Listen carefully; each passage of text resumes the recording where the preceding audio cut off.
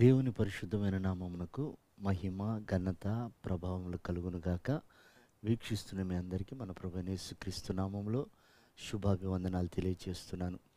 ఈరోజు మన దేవుని మహిమ కలిగిన మాటలు అపోస్తుల కార్యాలు 4వ అధ్యాయం 12వ వచనం. ఆకాశము క్రింద మనుషులలో ఇయ్యబడిన మరి ఏ నామమున రక్షణ పొందలేము. ప్రియమైనటువంటి దేవుని సంగమా, 2025 సంవత్సరాల క్రితం మన ప్రభువైన యేసుక్రీస్తు ఈ లోకమును రక్షించుటకు ఆయన దిగివచ్చి తన అమూల్యమైన ప్రాణమును వెలగా చెల్లించి మనకు రక్షణనిచ్చి వెళ్ళారు. భూమి మీద దేవుళ్ళు, దేవతలు, మహానుభావులు అని పిలువబడుతున్న వారు ఎంతోమంది ఉన్నారు. కానీ వారెవ్వరి వలన మనకు రక్షణ కలగదు. ఎందుకనంటే వారు మన నిమిత్తం ప్రాణత్యాగం చేసిన వారు ఎవరూ లేరు. మన ప్రభువైన యేసుక్రీస్తు ఒక్కడు మాత్రమే సమస్త మానవాళి కొరకు ప్రాణమును వెలగా చెల్లించాడు. కనుక రక్షణ ఆయన ద్వారా తప్ప మరెవరి ద్వారా జరగదు.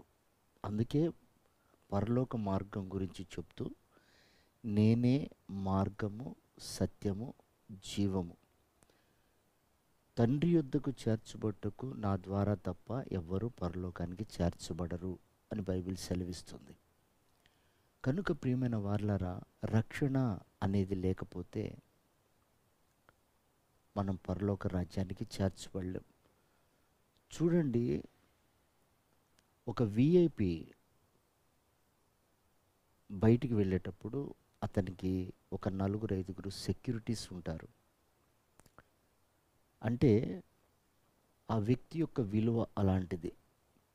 ఎందుకు అతనికి సెక్యూరిటీ అవసరం అంటే, అతడు ఎవరికైనా శత్రువా? కాదు. కానీ అతని దగ్గర ఉన్నటువంటి ఆ హోదా, దానిని బట్టి అతనికి సెక్యూరిటీ అవసరం. కాబట్టి అతడు ఆ హోదాకి వచ్చిన వెంటనే ఆటోమేటిక్గా శత్రువులు ఉంటారు. ఆ హోదాను పడగొట్టాలని, అతడు చేసే పనులు నచ్చనటువంటి వారు శత్రువులుగా తయారవుతారు. కాబట్టి అతడు ఒక సెక్యూరిటీతో వెళ్తూ ఉంటాడు. భూమి మీద బ్రతుకుతున్న ఒక విఐపికి అంతైతే పరసంబంధమైనటువంటి పౌరసత్వంతో మనం బ్రతుకుతున్నాం. మనకు రక్షణ ఇచ్చిన వెంటనే, మనం ప్రభువుని అంగీకరించిన వెంటనే అపవాది అనేవాడు ఒకడు ఉన్నాడు. వాడు శత్రువు. వాడు చేయాల్సిందల్లా ఏంటి? మన ఆత్మీయతను పాడు చేయటం. మనం ఉన్న హోదా పెద్దది, ఆ రక్షణ హోదా పెద్దది. ఆ రక్షణలో నుంచి మనల్ని దారి తొలగించాలని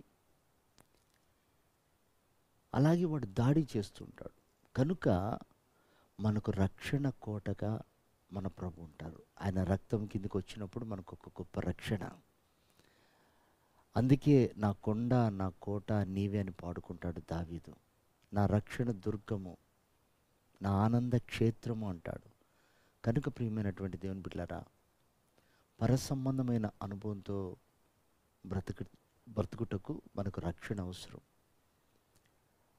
రక్షించబడకపోతే మనం పరలోక రాజ్యానికి చేర్చబడలేం.